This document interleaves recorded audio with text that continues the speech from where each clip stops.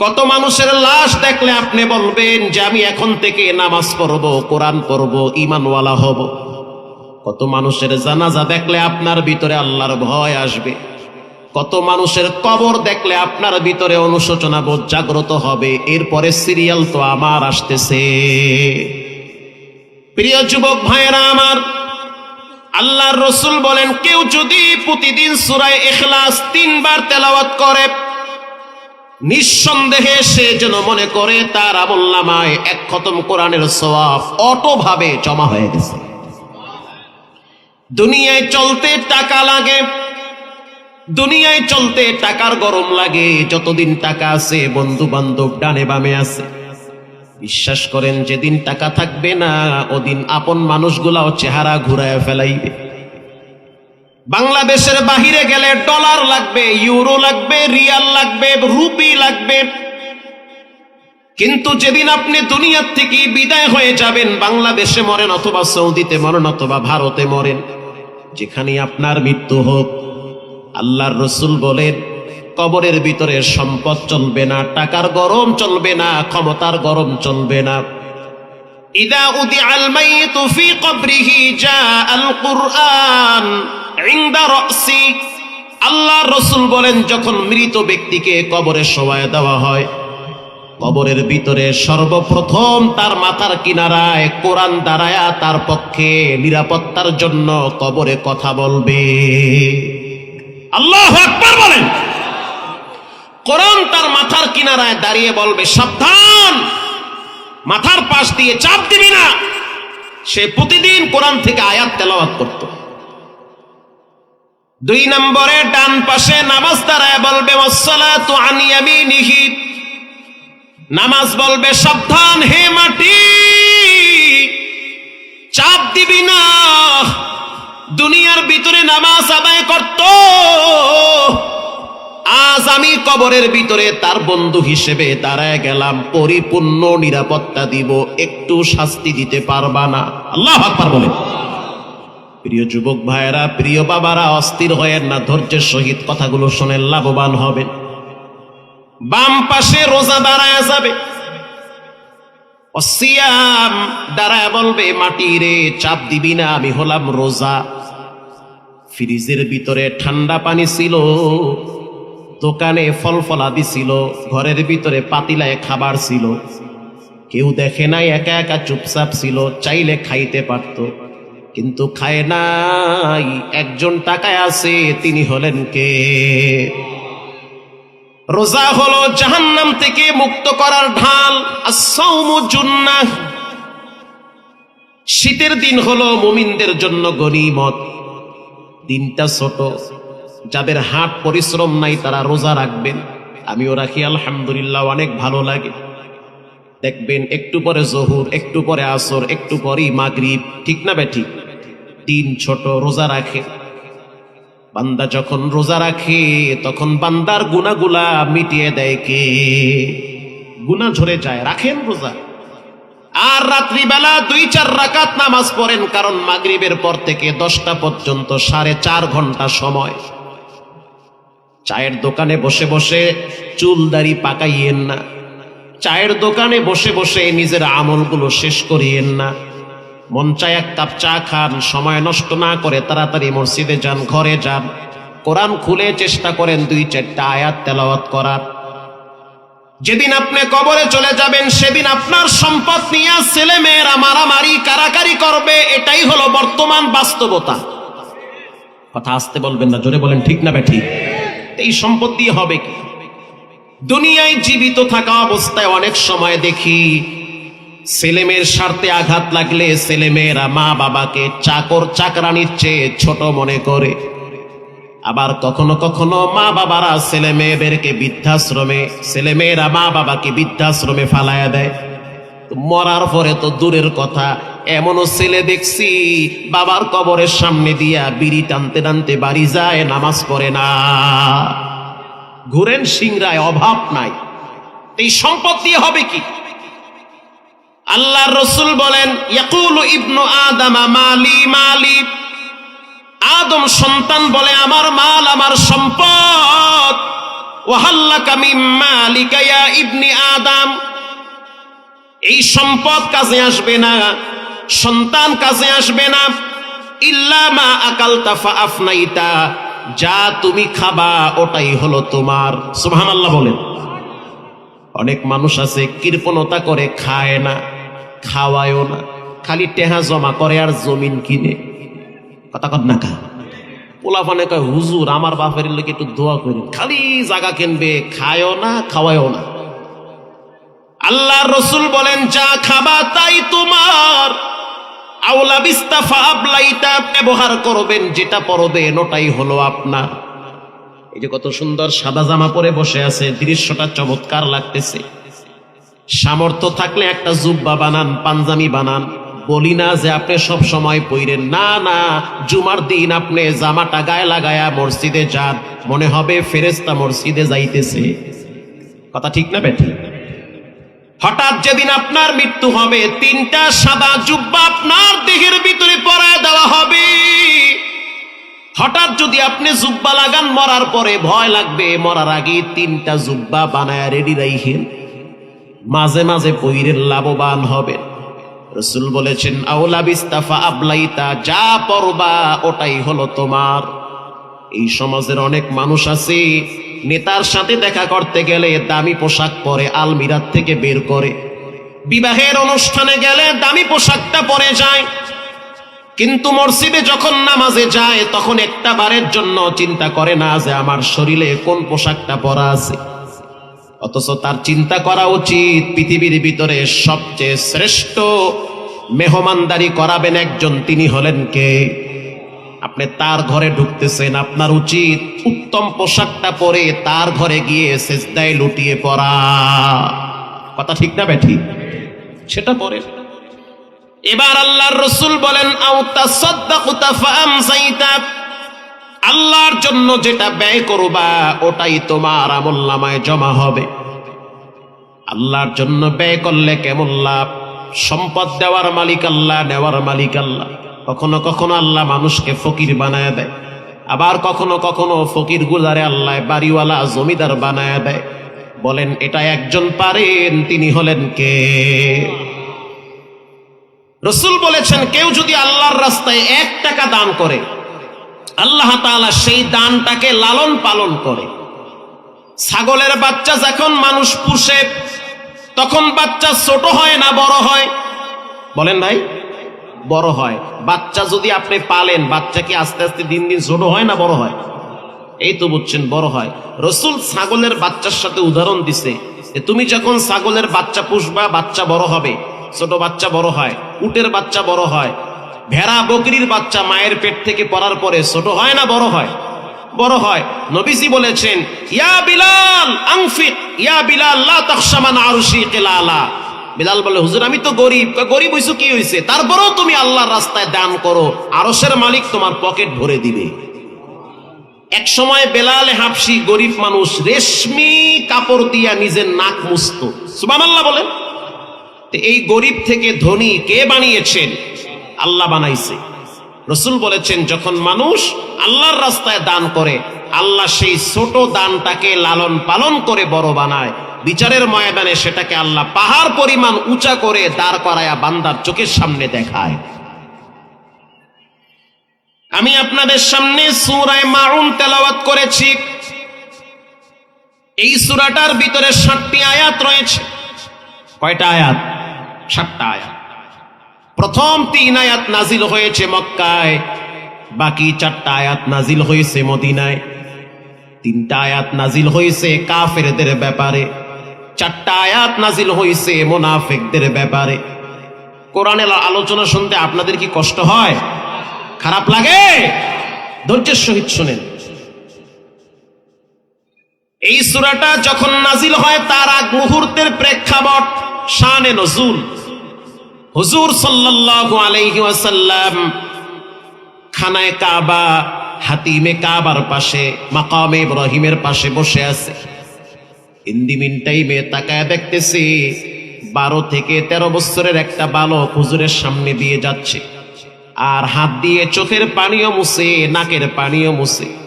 বলেন মানুষ কান্নাকাটি করলে নাকের পানি বের হয় কি হয় না? কাঁদতেছে। আল্লাহর নবী প্রশ্ন করল, ও সন্তান, কি হয়েছে, কেন কাঁদো?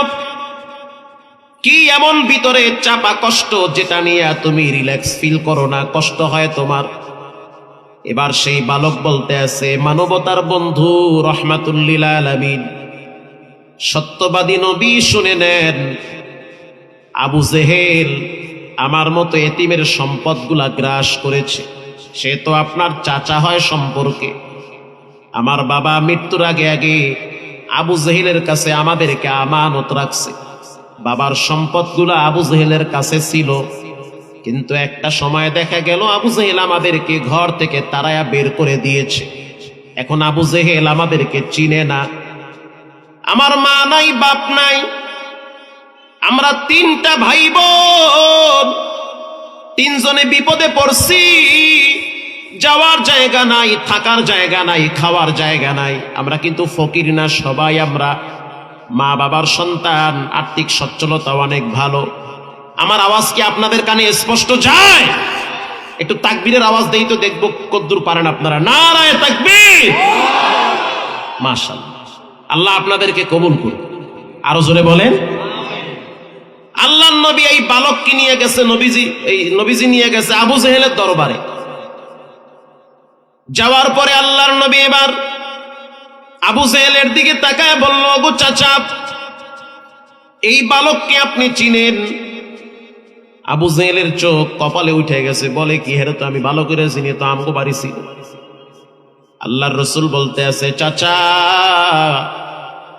টাকা পয়সা ধন সম্পদ যা কিছু আছে এগুলো কিন্তু কবরে যাবে না। অল্প দিনের জন্য আল্লাহ আপনাকে আমাকে রাখাল বানাইছে। আমি হলাম উম্মতের রাখাল, আপনি হলেন সম্পদের রাখাল। আল্লাহু আকবার! এগুলো আল্লাহ আপনাকে দিয়েছে আমানত হিসেবে, কিন্তু এরপরও আপনার জিহ্বা বড় হয়ে গেছে। কেন আপনি এতিমের সাথে এমন আচরণটা করলেন? ওর সম্পদগুলো ওরে ফিরাইয়া দেন। রসুল বলেছেন, পৃথিবীর মানুষ হাজি গাজি, ইমানদার বেঈমান, শুনে নাও, কেউ যদি কারো 1 বিঘা জায়গা জোর করে খায়, কত বিঘা? তাহতাস সারফ। আল্লাহর রসুল বলেন, কিয়ামতের ময়দানে সেই হারামখোরের গলায় পুরা জমিন ঝুলায় দেওয়া হবে।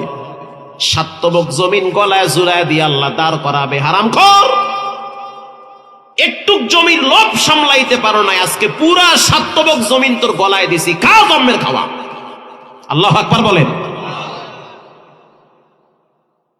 আল্লাহর নবী এবার যখন বয়ান শুরু করলেন, চাচা, এতিমের হক ফিরাইয়া দেন, ওর চোখের পানি কিন্তু বিষ, ওটা আপনার জন্য পতনের ঘন্টায় বাড়ি পড়বে, দেন ফিরাইয়া দেন, ওরে কান্দাইয়েন না আপনি। আবু জেহেল বলতে আছে, 1 টাকাও ফিরাইয়া দিব না, তুমিও চলে যাও। আর এই বালকটাকে আমি আরো আগে তাড়িয়ে দিয়েছি, ও কেন যায় না? আমার ক্ষমতা সম্পর্কে তোমার তো ধারণা থাকা দরকার। আমি হলাম মক্কার প্রভাবশালী একজন ব্যক্তি, পুরা মক্কা আমার আঙ্গুলের ইশারায় উঠে আর বসে। অতএব বেশি পণ্ডিতি কইরো না, তুমি তোমার রাস্তায় চলো, আর এই বালককে তার রাস্তায় যেতে দাও। এবার আল্লাহর রসুল বয়ান শুরু করলেন, ইয়াউমা লা ইয়ানফাউ মালু ওয়ালা বানুন ইল্লা মান আতাল্লাহা বিকলবিন সালিম।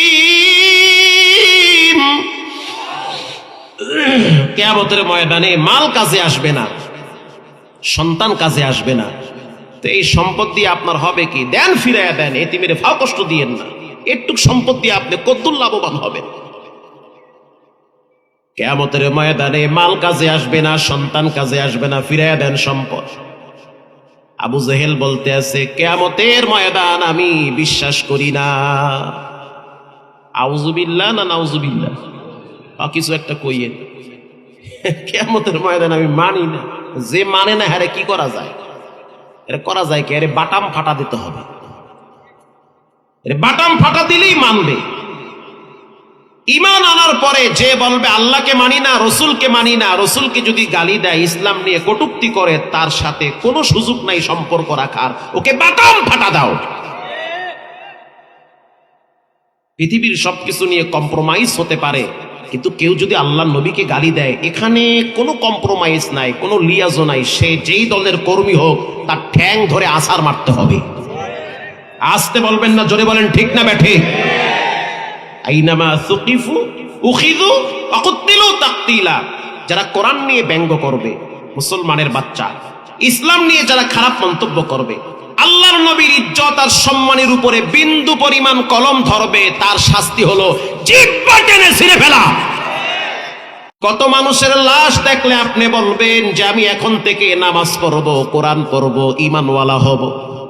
কত মানুষের জানাজা দেখলে আপনার ভিতরে আল্লাহর ভয় আসবে।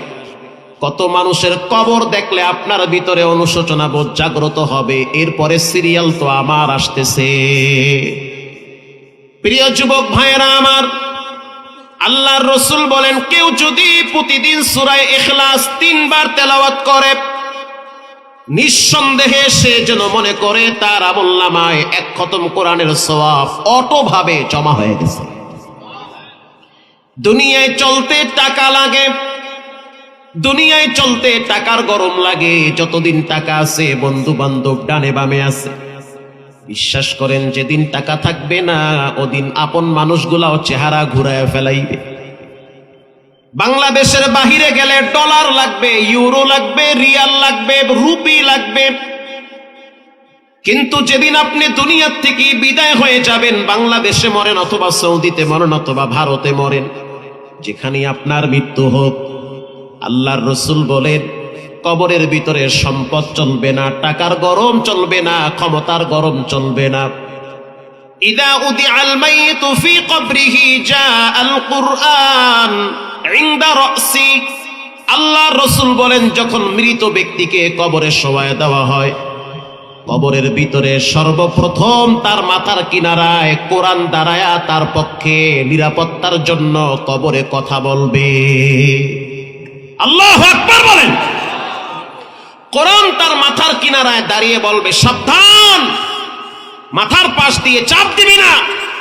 সে প্রতিদিন কোরআন থেকে আয়াত তেলাওয়াত করত। 2 নম্বরে ডান পাশে নামাজ দাঁড়ায় বলবে, ওয়াসসালাতু আন ইয়ামিনিহি। নামাজ বলবে, সাবধান হে মাটি, চাপ দিবি না। দুনিয়ার ভিতরে নামাজ আদায় করত, আজ আমি কবরের ভিতরে তার বন্ধু হিসেবে দাঁড়ায় গেলাম, পরিপূর্ণ নিরাপত্তা দিব, একটু শাস্তি দিতে পারবা না। আল্লাহু আকবার বলেন। প্রিয় যুবক ভাইয়েরা, প্রিয় বাবারা, অস্থির হয়েন না, ধৈর্যের সহিত কথাগুলো শুনে লাভবান হবেন। বাম পাশে রোজা দাঁড়ায় যাবে, অসিয়াম দাঁড়ায় বলবে, মাটি রে, চাপ দিবি না, আমি হলাম রোজা। ফ্রিজের ভিতরে ঠান্ডা পানি ছিল, দোকানে ফল ফলাদি ছিল, ঘরের ভিতরে পাতিলায় খাবার ছিল, কেউ দেখে নাই, একা একা চুপচাপ ছিল, চাইলে খাইতে পারত, কিন্তু খায় নাই। একজন তাকায় আছে, তিনি হলেন কে? রোজা হলো জাহান্নাম থেকে মুক্ত করার ঢাল। আস-সাওমু জুন্নাহ। শীতের দিন হলো মুমিনদের জন্য গনিমত। দিনটা ছোট, যাদের হাট পরিশ্রম নাই তারা রোজা রাখবেন। আমিও রাখি, আলহামদুলিল্লাহ, অনেক ভালো লাগে।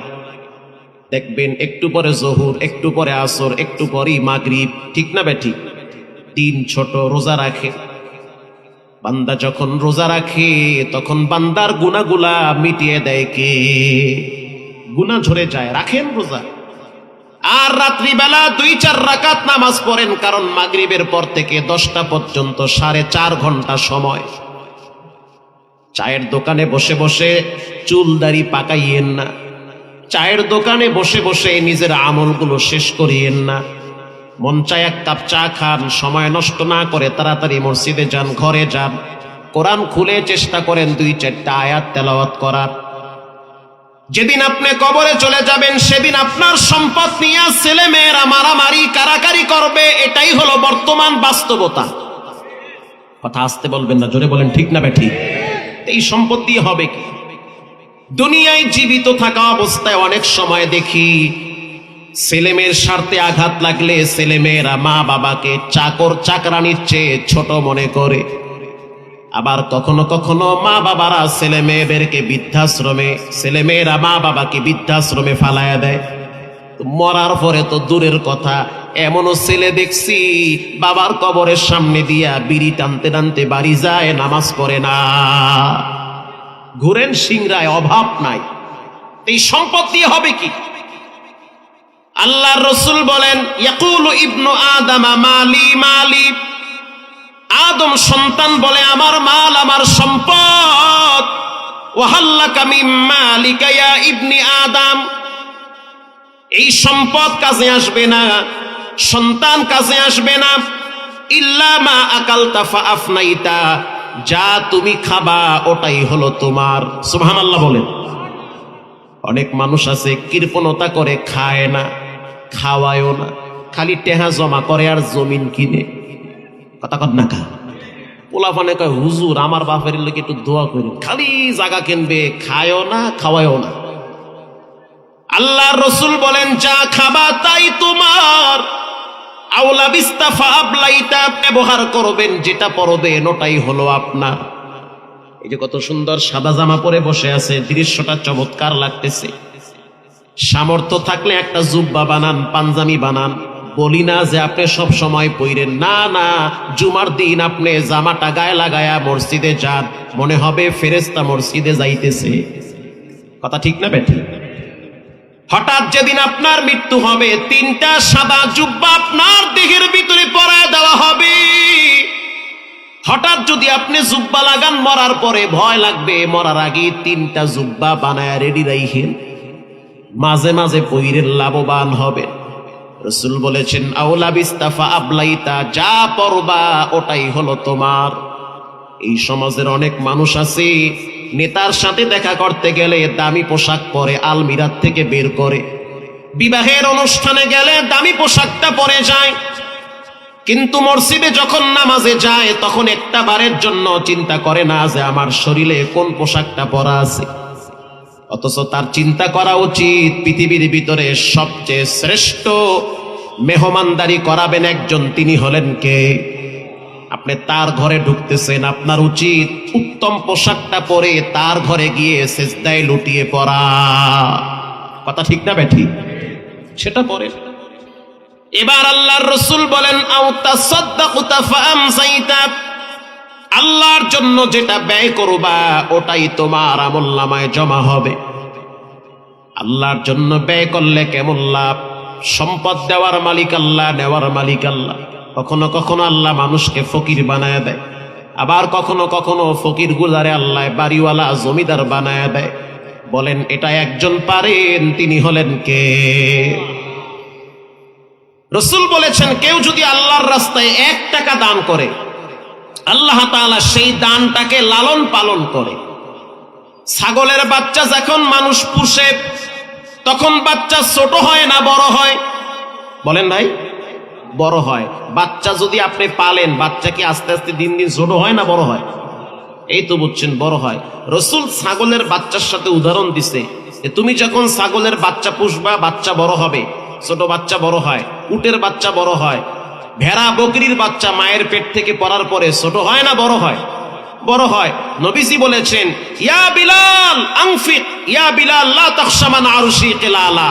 বিলাল বলে, হুজুর আমি তো গরিব। গরিব হইছো কি হইছে, তারপরেও তুমি আল্লাহর রাস্তায় দান করো, আরশের মালিক তোমার পকেট ভরে দিবে। এক সময় বেলাল হাবশি, গরিব মানুষ, রেশমি কাপড় দিয়া নিজের নাক মুছতো। সুবহানাল্লাহ বলেন।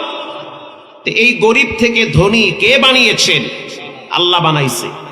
রাসূল বলেছেন, যখন মানুষ আল্লাহর রাস্তায় দান করে, আল্লাহ সেই ছোট দানটাকে লালন পালন করে বড় বানায়। বিচারের ময়দানে সেটাকে আল্লাহ পাহাড় পরিমাণ উঁচা করে দাঁড় করায়া বান্দার চোখের সামনে দেখায়। আমি আপনাদের সামনে সূরা মাউন তেলাওয়াত করেছি। এই সূরাটার ভিতরে 7টি আয়াত রয়েছে। কয়টা আয়াত? 7টা আয়াত। প্রথম 3 আয়াত নাজিল হয়েছে মক্কায়, বাকি 4টা আয়াত নাজিল হয়েছে মদিনায়। তিনটা আয়াত নাজিল হয়েছে কাফেরদের ব্যাপারে, চারটা আয়াত নাজিল হয়েছে মুনাফিকদের ব্যাপারে। কোরআনের আলোচনা শুনতে আপনাদের কি কষ্ট হয়, খারাপ লাগে? ধৈর্যের সহিত শুনেন। এই সূরাটা যখন নাজিল হয় তার আগ মুহূর্তের প্রেক্ষাপট, শানে নজুল। হুজুর সাল্লাল্লাহু আলাইহি ওয়াসাল্লাম খানায়ে কাবা, হাতিমে কাবার পাশে, মাকামে ইব্রাহিমের পাশে বসে আছে।